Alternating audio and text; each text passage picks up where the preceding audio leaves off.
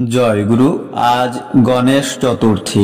শ্রী শ্রী ঠাকুরের কাছে জিজ্ঞাসা করা হয়েছিল, শ্রী শ্রী গণেশের গজমুণ্ড কেন? মুন্ডের এরকম বিকৃতি তো আর কোনো দেবতার দেখা যায় না। কথিত আছে, শনির দৃষ্টিতে শিশু বয়সে গণেশের মস্তক বিচ্ছিন্ন হওয়ায় সেখানে তাড়াতাড়ি এক হস্তির মুণ্ড এনে জুড়া দেওয়া হয়। শুনে শ্রী শ্রী ঠাকুর বলেছিলেন, একটা মানুষের বিশেষত একটা শিশুর ঘাড়ে একটা হাতির মাথা এনে বসানো সম্ভব কিনা তোমরাই ভেবে দেখো।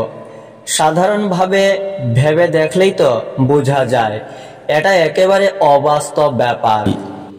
গণেশের বন্দনা, প্রণাম ইত্যাদি জায়গায় গজানন, গজেন্দ্র বদন প্রভৃতির শব্দের উল্লেখ আছে। তাহলে তার মানে কি?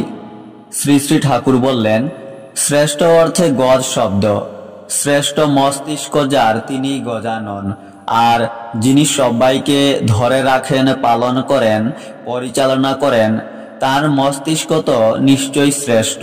গণপতি মানে জনগণের পালক।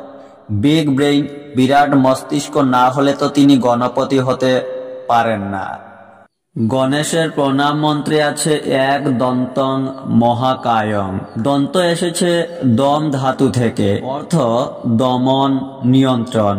শ্রী শ্রী ঠাকুর বলেছেন, দন্ত মানে দমনকারী, এক দন্ত মানে একমাত্র দমনকারী বা নিয়ন্ত্রণকারী। গণপতি যিনি, তিনি সুদক্ষ লোকপালক।